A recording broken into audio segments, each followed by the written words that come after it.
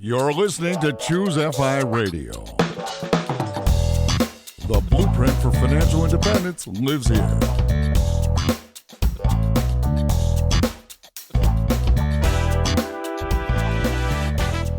If you're looking to unlock the secrets to financial independence and early retirement, you're in the right place. Stay tuned and join a community of like-minded people who are getting off the hamster wheel and taking control of their lives in the pursuit of financial independence. Choose FI, your home for financial independence online.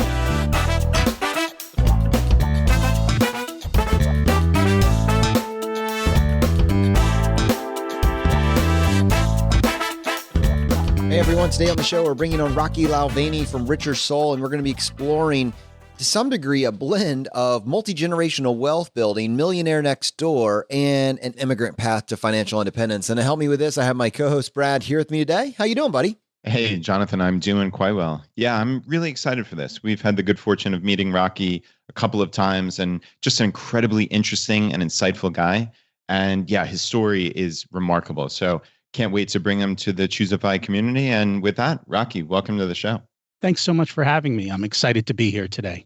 So Rocky, in one of our early conversations, you mentioned to me that you are the prototypical millionaire next door. And I'm a huge fan of the late Dr. Thomas Stanley, who wrote the book, The Millionaire Next Door. And I'm curious for you, what does that mean? What is your origin story? And when did you become interested in personal finance? I'm an immigrant to the United States. My parents came here when I was 2 years old. And just so you kind of get time frames, it was 1968. My parents were in their early 40s, so I was born kind of late. And it was their second time starting over in life. And basically, they were coming here to, the streets are paved with gold. It's the American dream. Let's go do this. So it was my parents, myself, my grandfather. They immigrated here. My dad had a brother who had already been here for a couple of years, and my mom had a sister who had been here for a couple of years already. So they had a little bit of family to kind of get them settled and started. The other thing is, back in those days, you were not allowed to take money out of India. So they pretty much showed up here with $25 and they started building the American dream. And they had a lot of other friends, and not so much family, but friends who had grown up with them who had also started on this American dream and came here. So when I was young, I literally watched people who started off living in a one-bedroom apartment on the wrong side of the tracks. And within a very short period of time, they kind of moved up the financial ladder. I remember when I was young, like every year we would move to a nicer apartment and to a nicer place. And so from that standpoint, it was awesome to watch that success is possible and watch people building success. And in the Indian culture, we just talk about money. So it was just natural to hear money conversations all the time of how much did you pay for that car? How much do you make? And all of those types of conversations. So it was really neat to be able to see that as I was growing up. Rocky, you said that was their second time starting over in life. That piqued my curiosity. Tell me more about that, and also their decision to come to the U.S. We're originally from northern India, our family history. And back during World War II, there was the separation which occurred, which created Pakistan, which carved it out of India. And our parents were originally from that part of India. And so they basically had to leave. And they left. It was pretty much, they were probably in their late teens, early 20s, and they relocated to Bombay at that point. And they basically left everything behind and they started over in life, just as most of our relatives and the rest of our family did. And so from like that point, they had 20 years that they had built up a life in India. Actually, my dad, they owned a pharmacy in India. And so they ran a drugstore. And I guess at some point they decided they just wanted more. And they wanted to take that leap, and they just kept trying to immigrate, and they did it. So, Rocky, you're describing when your parents are in the U.S. that basically in this one single generation, they went from $25 in their pocket when they got to the U.S. to year over year having tangible success. Like, what does that look like as a little kid? And I guess you described in the Indian culture where you talk about money. Did you talk to your parents about what their lives were like and how they were so really like hell-bent on improving their lives. Like, I mean, this is a remarkable story. I'd love to hear more about the interaction between you and your parents. I don't remember specific interactions between myself and my parents, but what kind of happened in the Indian community is we would always be dragged to parties. And so the kids would all be hanging around and the adults would all be talking. I think it was more hearing the adults talking amongst themselves and how they were doing things and how they were figuring out living in America and how they were creating success. That probably is where a lot more of it came from versus direct conversations. And then the other thing that happened is right around the time I was about 7 years old, my mom got breast cancer. And within a year of her diagnosis, she passed away. So then at that point, my dad became a single father. And if you think about it, this is the early 70s. Being a single dad, it was the middle of a recession. He just kind of made up his mind that I'm always going to be there for my son. And also, I'm going to learn the skills that I need to survive in life, in the sense of he learned to cook and he would always teach me skills and we would have to do everything ourselves. So, as a kid, you've got to learn to do laundry. If something tears, you've got to learn to sew. If something in the house is broken, you have to learn how to fix it. And because of that, I learned amazing skills throughout my life because I don't know, somewhere along the way, I guess I saw people always getting more and I saw vast differences in income. So we were probably towards the lower end of the income cycle versus a lot of relatives and friends. So I saw people having tremendous success and I wanted it. And I remember even as a kid, 5th, 6th grade, how do I find a job? How do I make money? How do I start doing this? And even at an early age, I had a paper route probably when I was 11, 12 years old. And that really started to teach me how to earn income, how to increase my income, because it was a very much of a tip-based job. So the better you served your customers, the more they paid you. And back in those days, people were much more likely to tell you when you were doing things wrong. Like, hey, don't drive your bicycle across the lawn. Hey, put my paper here. Do these types of things. And I would listen to them and do it. And my tips would go through the roof. So as a little kid, I was flush with money and I started to enjoy that. And I just kept going down that path. I really want to explore that specifically the answers to those questions that you were posing. So I'm a kid, I'm listening to my parents talk about how to make money. I'm trying to figure out what I can adapt into my own life. You have this entrepreneurial bent, you're picking up paper routes, that sort of thing. At various age points in your adolescence, what were the jobs that you were landing on based on kind of people directing you towards how to optimize your childhood and your childhood finances? Was it just the paper route? So the paper route, I think, was the start because that was a job you could get at a very young age. At 11 or 12, you could get that job. They still had rules about when you could go to work for somebody. But what I started doing is back then is when all the digital things started coming out. So you could get like the calculator that was the size of a credit card or a pen with a watch in it. And what I used to do is I used to go into New York City and I would buy things in bulk and I would come back and sell them to my friends. I'd mark everything up 100%. And so I was making even more money doing that. And it's funny because some of the teachers in my school started seeing me do this and they're like, hey, we could do that too. And they literally started catching on and they started going to New York City, buying stuff and selling it to all their friends because it was 100% markup on stuff. And you couldn't go wrong because you took orders and then you bought the product, or you might just get a couple of them up front to show people. And that's how it kind of worked out. And that was cool. I did get my first job. I think I must have been around 15 and that was washing dishes. And, I always just loved to work and do stuff. So I'm like, I'm going to be a dishwasher. I'm going to be the best dishwasher I can be. And it was just fun. And because I showed up and I worked, they quickly promoted me. So from the time I'm 15 to the time I'm probably 19 or 20 within this small restaurant, I went from washing dishes to waitering to learning how to cook and doing line cooking. And then they started to franchise. And so at one point when I was in college, they actually flew me out to Chicago to help them open up one of their new restaurants. That was pretty cool watching people go up, but I also saw the struggle of what it was to run a business like that. And I remember the person who ran that business is like, don't do this, go to college, get a degree, this isn't the best path for you. Hey, Rocky, I have to ask, what were those products that you went into New York City to buy that you marked up for 100%? I'm just so fascinated by this. What a cool story that your teachers saw you doing this and emulated you. Do you recollect what those products were and how you even found them? So I think it was just stuff that kids used. It was like the little electronic calculators, cassette tapes. Back then, we actually had cassette tapes. And so if you wanted to go to the store and buy a cassette tape, it might be $3 or $4. But I could go into New York and buy a 10-pack for, I don't know, $10 and then take each cassette and sell it for $2. I used to get video games because that was kind of when the video games were first started coming out. So they'd run a deal and I would go catch the deal and then I'd split the deal apart and sell the individual video games.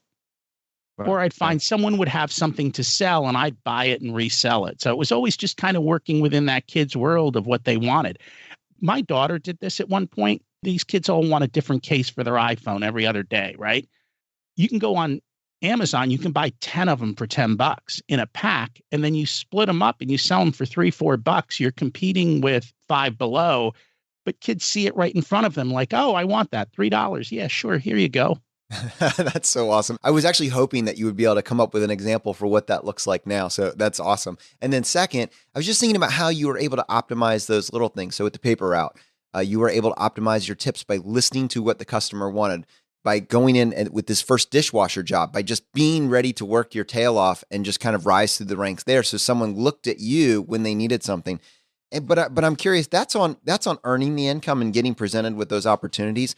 Were you able to save it by the time that you were 19? How much of this were you setting aside?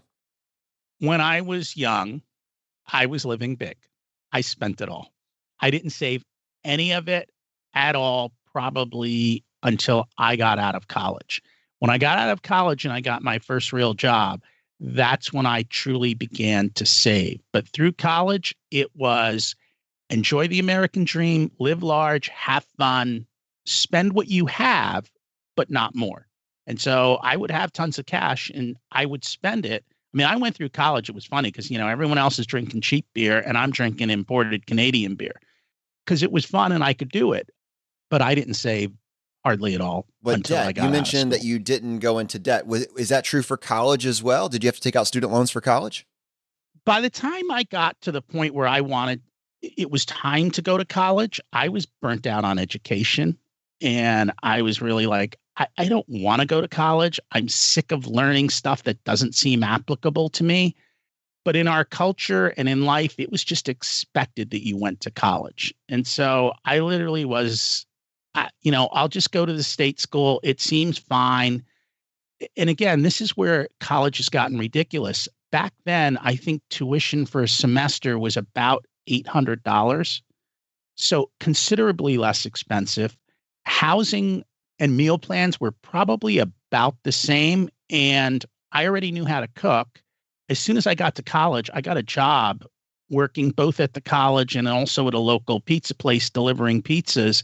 So again, I was still making money and I was just making enough money that I was able to pay my housing expenses and my living expenses. And by the second year of college, I became an RA.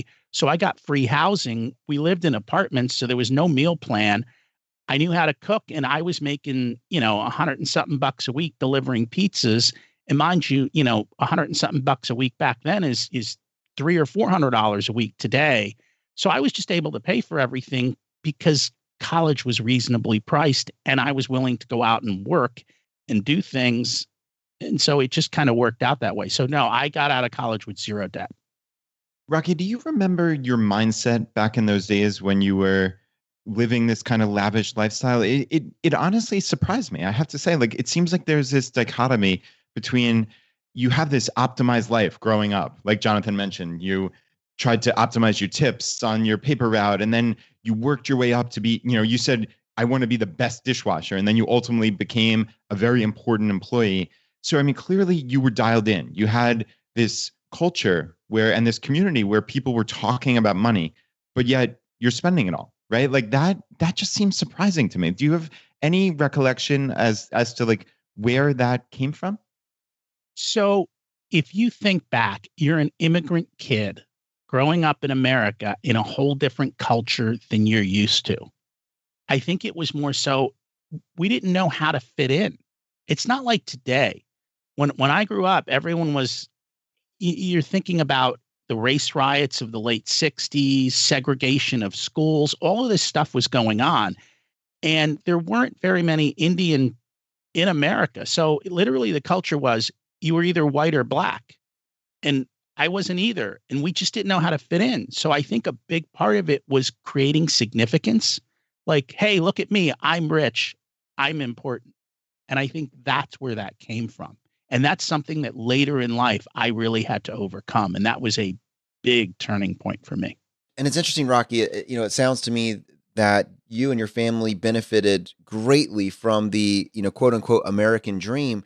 But it also sounds like to some degree, you got the half of it right, which is opportunity, but at least through college, the other half of that being, well, I need to spend everything I make. I mean, that's just what you do. And it's interesting to contemplate that, because if you look at where you are now, obviously to reach this millionaire next door status, that had to change. You have to save some portion of your income. And based on your current mentality, that doesn't seem like that's where you're headed. It's a mindset thing. I spend what I have because that's just what you do. But something had to shift. I think we're both interested in what that inflection point was. So I think it's twofold. My parents always taught us to save. So I always knew that I had to save. And we were always taught to negotiate everything. So we would always optimize our spending. I think it was more just a young kid with money to burn and money coming in faster than it was going out. It just was up until I hit that first real job. It was just like, enjoy life, have fun. You're a college student, you're a kid, whatever. Once I got my job, I got my first job. And the first thing I did was set up all these automated savings plans. My dad turned over to me. I had a T. Rowe Price brokerage account, and it didn't have much money in it, a couple $100, but it was set up and ready. So I get my first job and I just signed up for everything. You have a credit union? Okay, I'll put 25 in the credit union. I can buy company stock? Okay, I'll put, some 1% in the company stock. You have a 401k? Okay, I'll put the 6% in the 401k. And then T. Rowe Price back then had automated savings. So I said, okay, once it hits my checking account, I'm going to put money into T. Rowe Price. They're going to sweep it automatically from my paycheck. So I had set up all of these automated savings systems immediately upon my first job. And then I continued to live life kind of like I was before. I was making more money than I knew what to do with. Within probably a year out of college, I was making more money than I knew what to do with. I was living at home, so I had zero rent. I was helping out with the house expenses. I was spending like crazy. And then what happened is I started to get in debt. So I started to buy things and that started to have monthly obligations. So even though I optimized and bought a relatively cheap car with a low car payment, and then, you want to get certain services like the cable bill. And back then we had beepers and all of these little things. And I would see something, I'm like, oh, it's only $25 a month. Sure, I'll get that. And I think within about a year and a half of doing that, I started to realize, whoa, what happened to all this free cash flow I had and the ability to go buy things whenever I wanted? And I started to realize, hey, all these little obligations add up. And so at that point, I started to say, I am not going to get into monthly debt obligations. Let me do my best to pay off the car loan early. Let me get rid of all my monthly obligations so I have the freedom to spend what I have, but stay within my limits. So I think that's probably where the mindset shift kind of happened.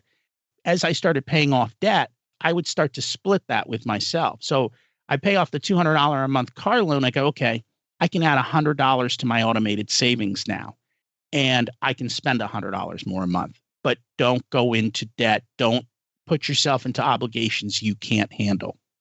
Rocky, this again is fascinating to me because it's that dichotomy, right? Like you had this amazing system set up to pay yourself first, but then you still went into debt. That's incredible to me that you were so smart on the one hand, and then yet you did allow this lavish lifestyle to just kind of creep. But was there a particular point in time, like X number of dollars of debt, or you just woke up one day and said, I can't do this anymore? Like, was there an actual day? Because there are people out there undoubtedly listening to this who are in a similar situation, and maybe it's unconscious. They don't even realize it. What was that awakening point for you? I don't remember a specific day. What I remember is, hey, I have all these monthly obligations and they're cutting into my lifestyle that doesn't allow me to enjoy what I want to enjoy because I'm stuck with all these bills that somehow just ballooned and took over my spending. I think that was it. It was like, hey, where's my leftover money to enjoy life and have fun? It's all locked up. And I had an ironclad thing. I'm not going to mess with my automated savings. I guess that's one habit I have is like when I start doing something, I don't mess with it. So I wasn't going to mess with the automated savings to pay off the debt. The automated savings is staying. I know. And that was a fear-based thing. And we can talk about that in a second. I realized that all of these monthly obligations were crushing me. And it was like something has to change or it's going to snowball and get worse. Yeah, you can definitely get to the point where you see that this is headed in the wrong direction. And if I don't take action on this now, it's going to be very, very hard to come back from this. So I totally get that. But you made this statement, which was interesting. And I'm wondering if it was just a matter of perspective. But I was making money hand over fist, or I had money coming in faster than I knew what to do with it. And one, that sounds like a wonderful problem to have. I'm sure there's many people that would love to have that problem. And then two, more specifically, what were you doing? I mean, this is your first job out of college. Many people don't say that. Many people my age come out of college and they're underwhelmed by that first job offer. What line of work did you end up getting into for that first job? So my first job was selling office equipment. It was not a high-paying job, but it had high commissions. My base salary for the first year was peanuts. And you also have to realize I'm living at home, so I had no expenses. I bought a car, but I bought a brand new car and I made sure that I wasn't paying a lot for it. So my fixed expenses were pretty low. Within about a year of working at this job, my sales really started to increase. So very quickly, my income started to go up. Because of the fact that my income was just skyrocketing quickly and I got a promotion and I got bigger accounts, I was doing well. And I think part of the problem, though, with that was that I didn't even know what well was. You're still a young kid. You're making money. You have no expenses. You just don't even know what you don't know on the upside and what life is really going to take as far as spending goes. Up to this point, it's a guy that kind of has figured out the one strategy, which is hustle. Work hard. But it's almost like without these systems in place, there hasn't been a whole lot of planning going into this. It doesn't sound like you're looking to the future. You're thinking about, this ultimate goal. It's kind of, to be honest with you, it kind of reminds you're kind of drifting. Oh, I think that's a good idea. The HR department tells me I should probably do my employee match. At what point did you feel like you started to have a plan, a strategy? So I think I always had a plan. The plan was, I want to be a millionaire. So I would just run calculators. How much do I have to save to become a millionaire by the time and I probably did different ages, by the time I'm 35 or 40 or 50. And I would constantly run the calculators to see how to do that. And I would constantly be trying to figure out how to buy stocks and make money. And so this is where I made a ton of mistakes because I was constantly chasing returns. I was constantly trying to figure out how am I going to make this money grow? And more often than not, my money wasn't growing. It was going down because of those mistakes I was making. But in the back of my mind, I always had the desire and the goal that I'm going to be a millionaire. And that's what I want. But I don't think I ever had the goal to say, do it as fast as possible. Because back then, no one ever talked about BFI at 35. And the fact that you would do that, I think it was more of a longer term goal for me. But one of the other fears I had is watching people go through recessions. And I was a weird kid who read the Wall Street Journal in high school. You would hear these stories of people who were in their early 50s and the recession hits and their whole life blows up. They lose their house, they lose their job, and they've built up this massive wealth and this great American dream, and it all fell apart. And so in the back of my mind, I was always like, I am never going to be 50 and have my dream fall apart, because that is the scariest thing in the world to me. So I think that's what my why was, that just kept me saving and saving and saving. And my original goal was 1 million. As time went on, inflation hits, and then my goal became 2 million. And even that number has grown because you just want that safety margin. I don't want to be in a point where something outside of my control hits and it blows up my life, and I'm sitting here living a nice life, and now I have to take 10 steps backward. There's a lot of fear there around that for me. So, Rocky, you're describing essentially increasing your phi number, right? Even if you weren't conceptualizing it as that at the time. But talk me through like how that actually worked. So you had this nebulous 1 million, right? Then it turned into 2, and you're saying it's now beyond that. And there's this interplay of fear, which I know you said you wanted to allude to later, which I'd be curious about hearing now. But talk me through how this process occurs. Do you sit down, maybe not back then in I'm assuming the 90s, but like now, do you sit down and assess what your phi number is based on some interplay of fear and current conditions? Like, talk me through how you figure that out. So I think the original goal was to become a millionaire. As that became closer to happening, probably in the late 90s, I used to listen to a guy on the radio. His name was Bob Brinker. And Bob Brinker had always said, hey, if you have $2 million, you hit critical mass, you can do anything you want with your life. That's the critical mass number. I'm like, okay, I'm going to hit the critical mass number, $2 million. And that was my goal. Now, I hadn't hit the $2 million mark by this point when I was listening to him. It just was the goal. And so that's how that kind of goal came about. Later in life, as I got closer to that number and I started realizing the math, and you have to realize, though, the world has changed in the sense that back then, when you put money in the bank, you actually got something called interest. Today, you don't get interest. So I watched interest rates go from 18% to 1%, which dramatically changes the equation. And so I think what has happened now is I understand, and I've learned much more about the fact that, hey, there's this 4% rule of withdrawal. So if I do have $2 million, that gives me $80,000 a year that I can live off of. And as we've gone through life, my wife and I, our incomes have increased dramatically. We still live way below our means, but I think we've gotten used to a lifestyle that's probably closer to fat fire. And so we do want some nice things. We can enjoy some nice things. We don't mind doing the work that we do. My wife absolutely loves her job. I think she's crazy. She's an accountant, but hey, that's her choice. So I think our lifestyle. Brad. I agree. I'm being silent on purpose here. Well, and I know she's a CPA. She works for the Big Four. Like, you know what kind of lifestyle it is, but she's wanted to be this since she was 5 years old. This is what her dream is. So if that's your dream, go do it. Let's enjoy life. And there is a balance there.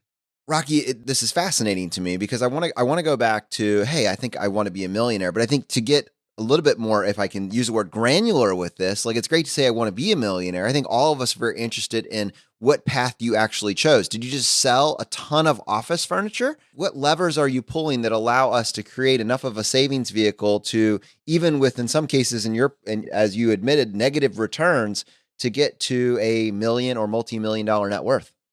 So a couple different things.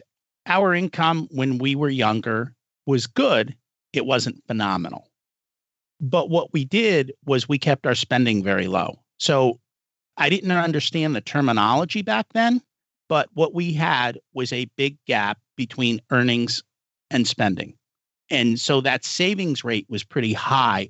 And because I started saving when I was 21, it's naturally going to compound. Even if you do the stupid things I did, it works. And so that's, I think, why that occurred, is that I always spent a lot less than I earned. And I always made sure that there was a ton of margin there. And then as our incomes have increased, we've just consistently increased that margin. And we paid off our house quickly. So I bought our house in 1999. Interest rates when I bought my house were 8%. It was scary back then making that big purchase. I'm like, what if one of us loses our job? What happens in all those types of things? But then over time, we got the benefit of interest rates going from 8% down to literally below 3. I think I refinanced my house 5 times, and every time I refinanced it, I went to a shorter and shorter term. Our last term was 10 years, and then finally we just stroke a check and paid it off. So if you think about it, if I don't have a mortgage, and I haven't had a mortgage for a long time now, I have tons of free cash flow and I'm saving it all. And so that's what's created the wealth, is that spread. We stopped our lifestyle creep. And although it still does go up, it's still way below where we should be for spending compared to what other people with our income do. This story has a little bit to do with multi-generational wealth building because, as you pointed out, in your parents' case, they had to start over twice and you saw it work for them. And then you were able to lean on that and achieve incredible financial success over this 20 or 30 year investing window that you've had. But you have 2 kids. And in your kids' case, I know that you're taking all of the knowledge that your parents gleaned and what they passed on to you. And you've been very intentional with looking at some of what you did well and some of your mistakes and helping guide some of their decisions.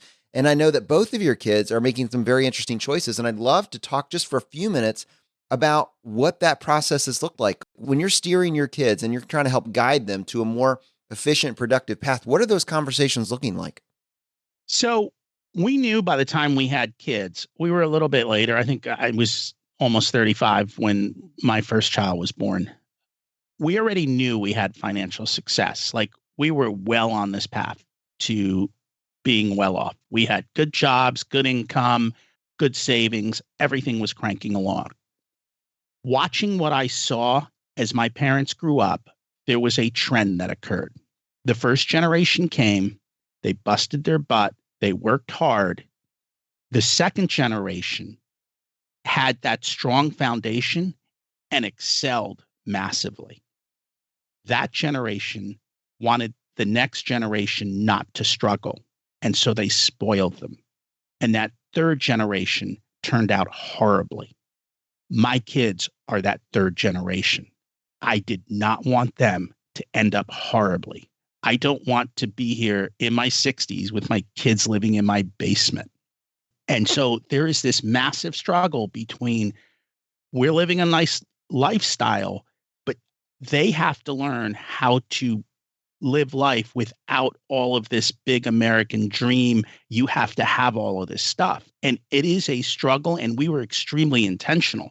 I mean, the first time my kids were on an airplane, they flew first class. And how do you balance this out? And so from the time my kids were very little, like literally at about 4 years old, we started having conversations about money. We started having conversations about things being expensive. And what I literally did, I think when they started at 5 years old, we handed them an allowance.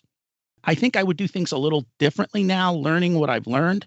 We didn't even have them do chores for their allowance. And the reason why is because as I looked around, every obstacle you put between the kid and money created money issues. So if you're fighting with your kids over, you didn't brush your teeth, you can't have money, it was interfering in the conversations.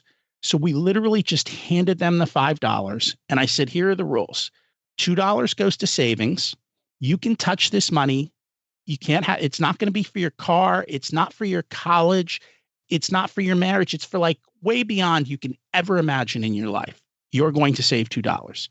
These $2 you have, you can spend however you want. And then you're going to give away $1. And so every week the money went in their hands and we'd start conversations. We'd go to Target. I want this. Great. You have money, buy it. And literally with both my kids, what would happen is they would pick something up and they'd walk around the store and then they'd put it back because it was now their money. And even a 5-year-old knows the difference between your money and their money. They will spend your money like it's never going to end. They will not spend their money because it's theirs. Now, there were a lot of mistakes and there were a lot of conversations. And the conversations were along the lines of, especially with my son, I want Pokemon cards. Okay, we're in Target. Here's a single pack of Pokemon cards. It's $5 and you get whatever, 3 cards in here. Here's a larger pack of Pokemon cards. This one's $10, but you get 8 cards. So it's a better value. But guess what? If we go on eBay and we look, for $20, you can get 100 used Pokemon cards, but you're going to have to wait 2 weeks for them to arrive. And these types of conversations just occurred from the time they were young all the way through. And they learned how to save and how to spend and how to look for opportunities. I mean, it was as simple as, hey, I want to buy some candy. I'm like, well, we're at Target. It's expensive here. If you wait till we go over to the next place and you buy a pack and you split it with your brother, you can get 3 times the amount of candy for a little bit more money. What do you want to do? And so they would do that. They were just watching it. And just even the other big thing is like around, because we're coming into the holiday season, we taught our kids toys go on sale for 75% about a week after Christmas. And this is something my dad taught me. I was like, I remember when I was a little kid and he'd be like, you want a Christmas present, you can have this, or you can wait for a week after Christmas and everything is 75% off. You can go buy 4 times as much. And that was a lesson that I taught my kids. So they would see how they could get so much more by just doing slightly different things. So it wasn't like they were feeling the need to have something. You could still have what you want, but you could get it for a fraction of what everyone else was paying. Yeah. And Rocky, it sounds like you taught them delayed gratification, right? You're describing the Pokemon cards that you could get for a significant bargain if you waited 2 weeks, or 75% off toys if you wait until after the holiday season. That's a huge, huge lesson for your kids. Do you find that they've taken that to heart now as they're growing up or are grown? They are. So my kids are now 16 and 18. My daughter's off to college. My son's actually in college as well. And we can chat about that if you want. They do. They don't spend. Like my kids do not spend money because they don't want for things like they used to. My kids also don't buy designer brand labels. They don't care because they realize how much it costs. And I think because of a lot of other things we've done to instill confidence in themselves, they don't feel like they need to have something to be confident. They're just naturally confident. And so they don't spend money at all. My kids have Roth IRAs. We started them a couple of years ago. So as they have earned income, it's like, hey, we're putting this money away for you. Watch what happens when you put $2,000 in your Roth IRA today. Now look at what it's going to be when you're 65. It's something like $1 million. This is how you build wealth. This is how things come up. Because we know that when we pass away, we're going to leave our kids a lot of money. And the reality is I don't want them to say at that point, wow, we got all this money. I want them to say, gee, that was nice, Dad, but we've already built our millions. So thanks, but that's just kind of a nice added bonus for us. Yeah, that's a pretty good position to be in, certainly. Hey, Rocky, you mentioned before when you were talking about the allowance and maybe just lessons for your kids when they were younger that you would do some things differently. And I know it was just kind of like a throwaway comment, but I suspect you have some specific items that maybe you could pass along to the audience. I think people are always looking for those actionable tips, right? So obviously you've done an incredible number of things right with your kids. What are those things that you would have done differently? What I was doing by giving them the allowance was teaching them how to save money and how to spend money. What I wasn't teaching them was how to earn money. And I think what I would have done differently is because we increased their allowance with every year that they got older. So when they were 6, they'd get $6, $7, $8, $8.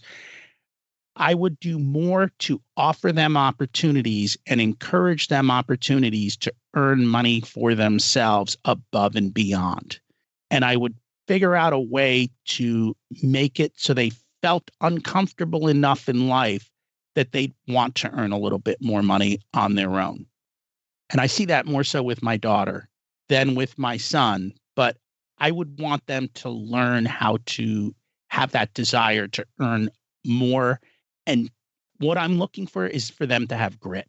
I'm trying to install that type of mindset in them, that you have to work hard, that it does take effort, and that there are massive rewards for your effort. We've done some of it, but not enough.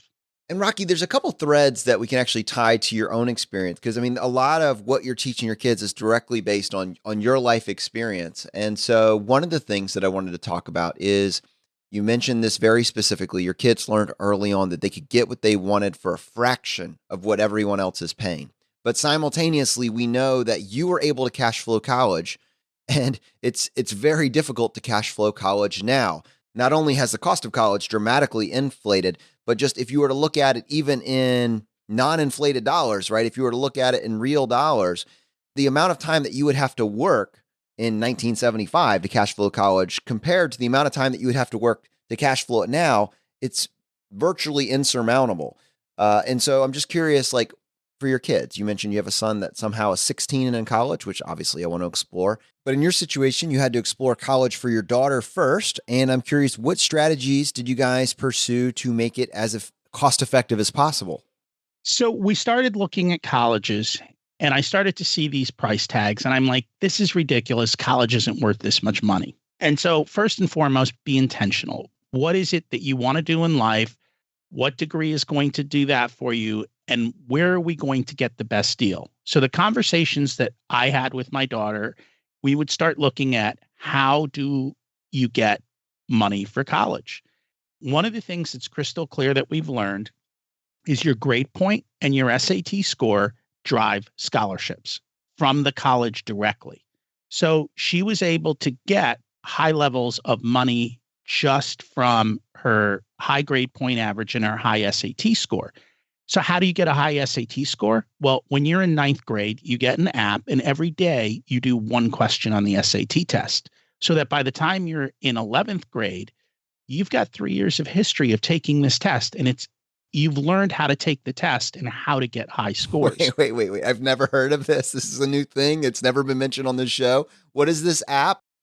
I don't, it's like it comes from the people I think who do the SAT, and it's just a daily SAT question. Every day you get a daily SAT question on your phone and you answer the question. And it's amazing. Within the app. And so all I'm doing is building a skill, how to take an SAT test, because the SAT test drives your scholarship. And it's easy. A kid will do one question a day. It's not like go to this class and I'm beating you to death to get this done. One question a day gets you success. Can you do one question today? Yes, I can. Yeah, I just Googled that really quickly, and it looks like the app is called Daily Practice for the SAT, and it's published by the College Board, and they were the ones that put out the SAT. So yeah, that sounds like the app, Rocky.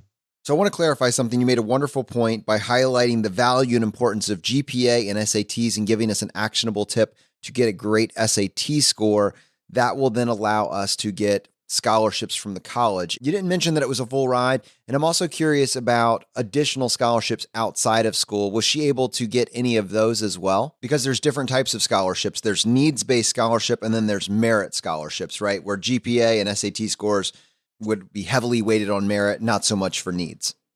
So basically what happened was, after we went through this process with my daughter, and she started applying for all these outside scholarships, and she didn't get them. She didn't even get the presidential ones or the full ride scholarships from the colleges that she wanted to go to. What we were told when she started the search for college, because we started back in like 9th and 10th grade, and what ended up happening was not in line. And so she was kind of upset. I'm upset because I'm like, we were told this story, and this story did not come to be of her being able to get scholarships and all of this stuff to make her college essentially free. So wait a second. The frame was, and this is what we were told, if you get a high GPA, and I don't know what high means, maybe it's more than a 3.5 or a 3.8, maybe it's a 4.0, but if you get a high GPA and you crush your SATs, and we have this hack now, you're going to do one question a day and you're going to crush your SATs, then you're going to get a great deal on college. And you're saying that was the plan that you followed for your daughter, and it just wasn't true. Plus, on top of that, the outside scholarships. Hey, there's all this scholarship money that's, going unused, and, create your story and they'll give you all this money. Well, she applied for all these scholarships and she didn't get them. And I think part of the reason is a lot of these scholarships are looking at needs-based. Well, they look at me and they laugh at me. There's no need for you. And the problem is, and my daughter knows this clearly, and she's told it to the college and they don't care. My dad has money. I don't. I'm broke. Why are you thinking that he's going to pay for this? Because he's not. He's told me, if you're smart enough to go to college, you're smart enough to pay for it, and he'll show me the path. So we assumed there was going to be a lot more money coming, and it did not occur. And part of it was because we don't have a need, according to the college. And part of it is there's so much more competition for all these scholarships now, it's harder to get them. Rocky, these full merit scholarships that you're talking about, are these at elite schools, or are you talking about like the 2000th best school in the country? Like what are we talking about here? So it depends. If you're looking at an elite school and you don't have a high income, you pretty much are going to get a full ride scholarship.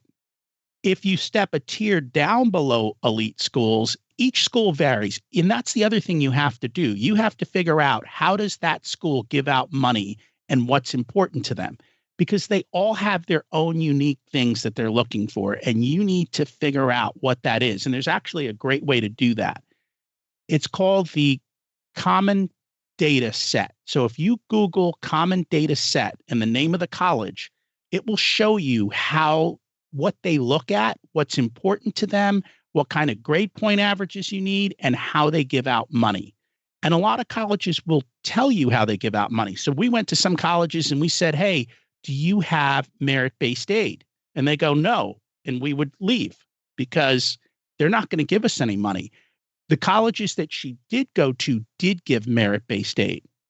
You have to pick a school that fits your need, that does. And there's some colleges that if you have that 4.0 and that 1400 SAT, they will give you full ride scholarships. It's a question of, do you want to go there? So you've got to figure it all out. It's not easy. So that's really the issue, is that this is a sliding scale, right? You have to make a determination on what works best for your life and what you value, right? That's the kernel of truth that I'm hearing that people can take away from this, right? Is you just said your daughter probably or almost certainly could have gotten a full merit scholarship at many, many schools.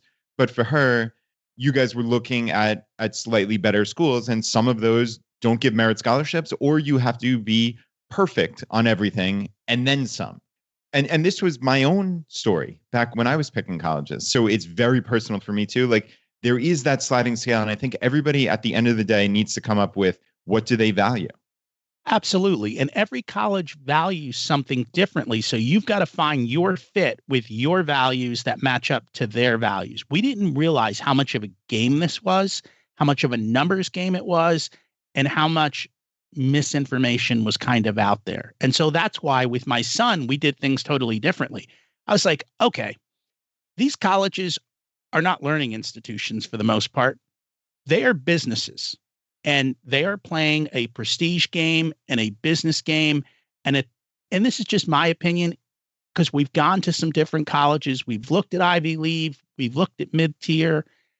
But when you start to talk to people, sure, an Ivy League college is going to propel you a bit forward, but in today's world, it may not be necessary for success and happiness. I went to a state school.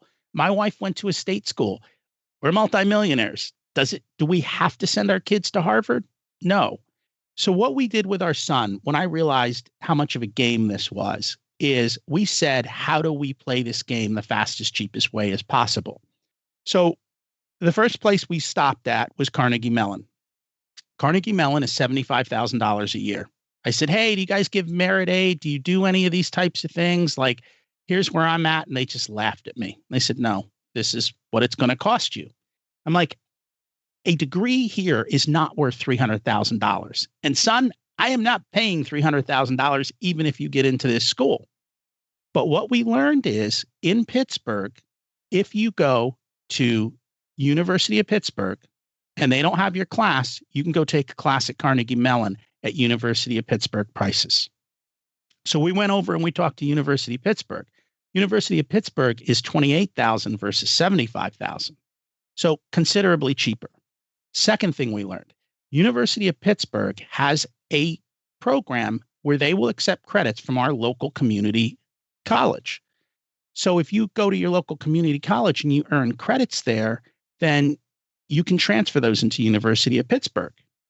The next thing we learned is my daughter homeschooled for her last couple of years of high school, and we were thinking about making the same choice with my son. He was going to take a slightly different path, but homeschool. It's like, why don't you just start playing the game and knock out these college credits? Our local community college charges 125 per credit. So my son's a junior in high school, taking 16 college credits this semester, and it's costing me 125 a credit. So I think it comes out to $2,000. University of Pittsburgh has already said, we will accept all of these credits. Here are the classes you need to take. And so he's got a 2-year head start. His price tag went from 28,000 to about 4.5, 5,000 because he's living at home, and it's costing me no different. He gets through faster. If he wants to go do his master's at Carnegie Mellon, he can probably get into a program where he doesn't have to pay for his master's. He can just go kind of work through their systems and get his master's for free in the same amount of time it would have normally taken him to graduate. And because he's at University of Pittsburgh, and if he learns to build relationships at Carnegie Mellon, he's got a better chance of getting in there. And part of the reasons it's a top robotics school, and my kid loves robots and he builds robots. So he's got the pathway through it. He just has to negotiate, work it out, and do the work. And he can get through this whole thing at the end of the day for a fraction of the cost. Rocky, what I love about your story, and in particular, when you think about it from a multi-generational perspective, what your parents had to go through, essentially starting over twice, what you were able to accomplish, and now what your kids are doing. One of the themes or criticisms that I have seen in different write-ups about pursuing, this level of financial independence, building wealth for yourself and for your family is that, well, this all sounds great and dandy when it works, but it's naive to think that bad stuff isn't going to happen. And what strikes me is that bad stuff happened to your family not once, but twice. And the path was still the same. This is just what you do. And I think that's true. If you just keep showing up and you just keep taking small steps, they compound in all areas of your life. And that's literally what it is. And I think that was a value that was taught to us just kind of growing up, because our family left that part of India, relocated to a different part of India, and then they went all over the world.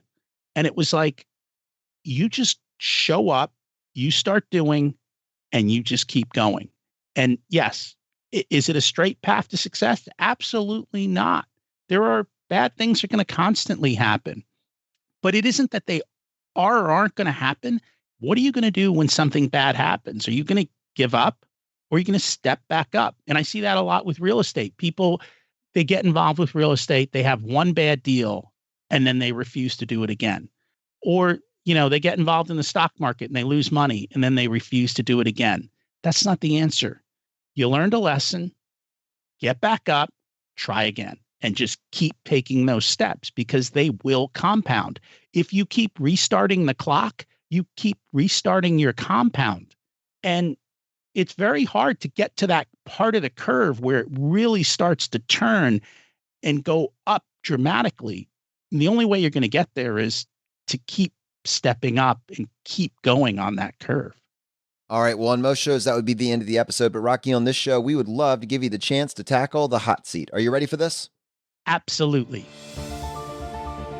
In a world drowning in debt and rampant consumption, trapped by the chains of lifestyle inflation, these questions highlight the secrets of those who have broken free. Welcome to the Choose FI Hot Seat.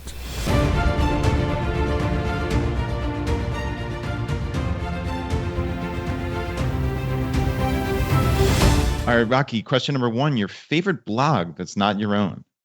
I love Financial Mentor. It's Todd Tressiter's blog, and I think you have had him on the show in the past. He does a great job of explaining how to build wealth and the different levers, and he makes it clear for me because I had a lot of confusion around certain things, and his blog made a lot of that clear for me. He also does the math, which is something that people don't seem to do, is the actual math behind your numbers game and how it changes based on inflation rates and return rates and all of that type of stuff. And I just like the way I'm a direct person, so I like people who speak to me directly. And so that's probably the one I like most. Awesome. Well, question number 2, your favorite article of all time. Now, this can be one that you wrote or somebody else's. My favorite article is Stop Stealing Dreams. It's by Seth Godin. what it talks about is that we are not asking the question, what is school for? We didn't talk about this in this episode, but we have always been extremely intentional with education for our kids. Our kids went to a classical education school where you are taught how to think, not what to think. We're extremely intentional with college, and we talked about the value money of, is college worth it? And this blog post, which has got a book and a video and everything else goes behind it, says, what is school for? What are you really teaching your kids and why? And I think it's important for every parent to ask that question. Yeah, because it's not to babysit them or just to keep them occupied for a certain period of time. It's those formative years are critical. So I think it's a very valuable question to be asking. All right, question number 3, your biggest life hack. My biggest life hack, I think, is Google Calendar. It runs my life. We do a ton of different things. I coach my kids' sports. I'm involved in their Boy Scouts and their Girl Scouts, and I've got work and I've got real estate and side businesses and, life itself. And there's a saying in our house, if it's not on daddy's calendar, it doesn't exist. And so it's like, if you want me to do something, put it on the calendar. And we literally schedule our calendar out a year in advance, if not more. Like, drop all the stuff on the calendar, because if it's on my calendar, it will get done. Along those lines, though, my calendar isn't full. I have margin. I have a lot of margin. But the important things are on the calendar so they get done. Working out is on the calendar. My appointments are on the calendar. Our vacations and our kids' activities are all there so that we're not running from one place to the next. We can look at the calendar and go, yeah, we already have something that day, so that's not going to work. So it's not about packing the calendar. It's about managing life in the calendar and everyone being on the same page in the family. Yeah, that's fantastic, Rocky. I agree with you. Using Google Calendar, and for me, the combination of Google Calendar and Todoist has been, revolutionary for my entire life. It's changed everything. It's having it down on paper. I love when you said, if it's not on daddy's calendar, it doesn't exist. That's fantastic. I do not use it quite to the degree that you do, like even putting my workouts on there, but I don't know, maybe you spurred me on. I'd at least like to try a test of that for a couple of weeks and just see, so you're literally putting every single thing that you do in life on your Google Calendar. Not every single thing. My big have to be there. So if it has to be done at a specific time, it is on the calendar. If it's something that needs to get done, but it doesn't need to get done at a specific time, it's on a to-do list. Nice. So that's the separation. If it must be done at a specific time, it must be on the calendar. Cool. That's very cool. All right, Rocky, question number 4, your biggest financial mistake. In 2008, at the bottom of the market, I panicked and I sold out. I sold out probably half of my stock portfolio. And at this point in 2008, I had crossed the millionaire mark. So watching that drop was tons of fear. And at the bottom, I was just like, I give up, get me out of this mess. I lost a lot of upside gain from that. Now, as we talked about before, I didn't give up. All my automated savings were still buying stocks at low prices. Over time, slowly, I got back into the market, but I lost out on some of the biggest gains. I just didn't see it coming. Like in 2000, I saw the stock market was so high. This is crazy. And I actually sold out before that crash, got back in at the bottom, had a great run up until '08. And I saw real estate was bubbling and it was high, but I didn't expect the real estate bubble to cause a crash in my stock market bubble. All right. Question number 5, the advice you would give your younger self. So I think it's to be intentional and think through the outcomes you want in life and why.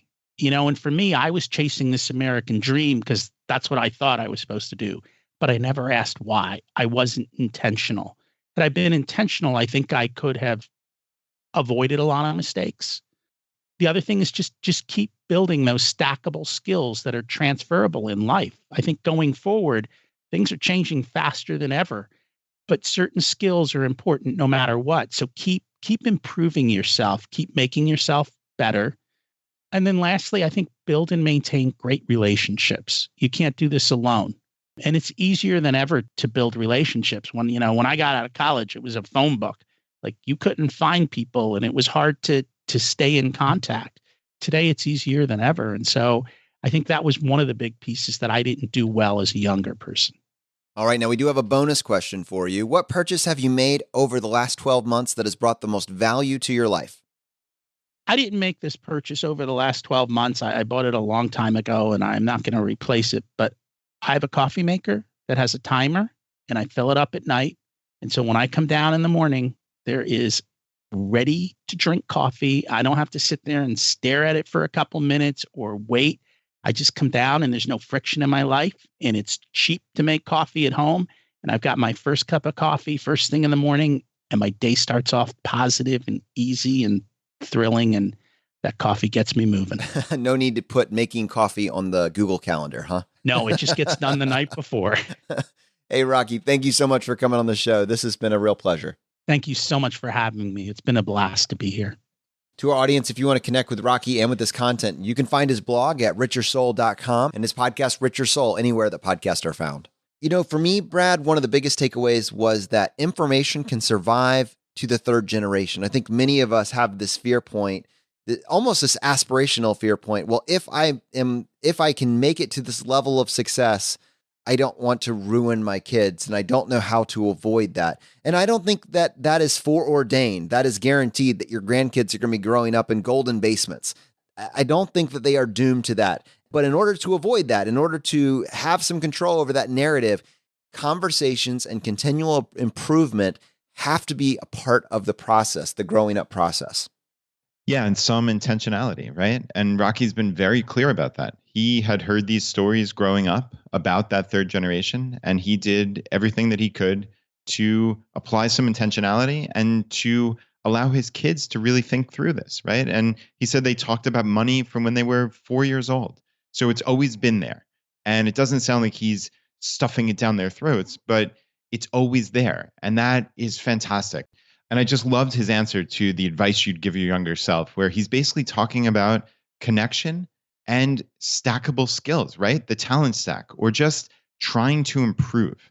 That to me was one of the best answers to one of our hot seat questions I've heard, because that's what it's all about. It's what do you have to do to create a successful life? And those are two of the big things. So yeah, really enjoyed this time with Rocky. To our audience, if you got value from today's episode, and if you've been getting value from the episodes up to this point, just take 1 second and press the subscribe button on the platform you're listening to this on. It just lets the providers know you're getting value from the show and you want to be here when we produce additional content. If you want to support us in what we're doing here at Choose FI, here are 4 easy ways. 1, leave us an iTunes review. To do that, just go to choosefi.com/iTunes. 2, use our page to sign up for travel credit cards. If you want to travel the world with miles and points instead of your hard-earned dollars, then just go to choosefi.com/cards and get started today. 3, if you're working on the milestones of FI, set up a personal capital account to track your progress and use our affiliate link. It's completely free, and just go to choosefi.com/PC. P as in Paul, C as in cat. And 4, and most importantly, find your friends, coworkers, and family members who might be open to this message and tell them about the podcast. Have them start with episode 100. It is a fantastic starting place. All right, my friends, the fire is spreading. We'll see you next time as we continue to go down the road less traveled. You've been listening to Choose FI Radio Podcast, where we help middle-class America build wealth, one life hack at a time.